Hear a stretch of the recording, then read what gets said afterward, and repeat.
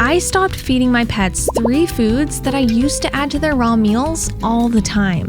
I even recommended these foods in many of my old videos. But I'm always trying to learn new things to improve my pets' meals. And with this comes a lot of trial and error when feeding different ingredients.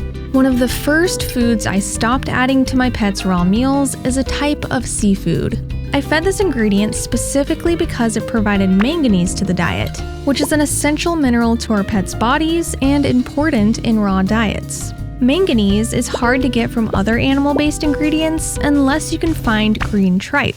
But finding green tripe was difficult for me back then, so I needed to find a different animal-based manganese source. This is where I stumbled upon green-lipped mussels. And I remember being so excited when I spotted these green-rimmed shells in my local Asian market. But unfortunately, once I began looking at the nutrient composition of different foods, I learned that green-lipped mussels weren't as high in manganese as I initially thought. Instead, it was the blue mussels that provided a lot of manganese, almost 8 times more than green-lipped mussels to be exact. So nowadays, when I recommend mussels for manganese, I only recommend blue mussels. Another food that I stopped adding to my pets' meals is actually a plant-based ingredient.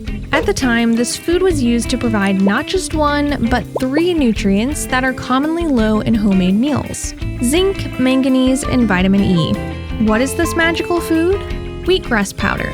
It seemed like an amazing superfood at the time, so I fed it to my pets pretty often to meet these 3 nutrients. But as I learned more about nutrient bioavailability and how our pets' bodies digest different foods, I learned that wheatgrass powder probably shouldn't be relied on for this many nutrients. Why?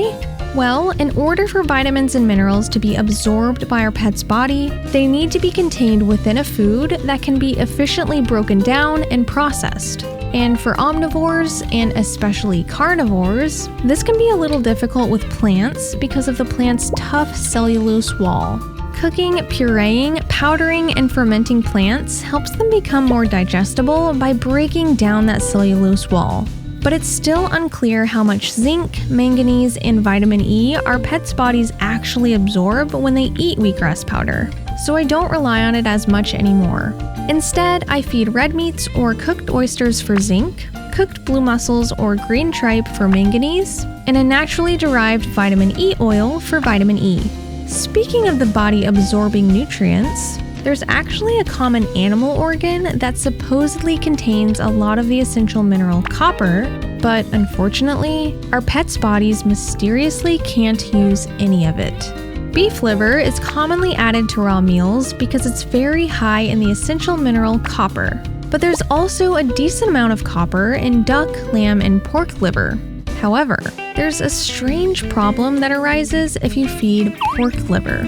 In a nutrient bioavailability study that was performed on pork liver, it was found out that the bioavailability of copper within it was almost 0%, meaning animals that ate pork liver were unable to absorb any of the copper it provided. Researchers are still trying to figure out exactly why this is, but basically, it's pointless to feed pork liver to provide copper to the meal, so I don't often feed it anymore.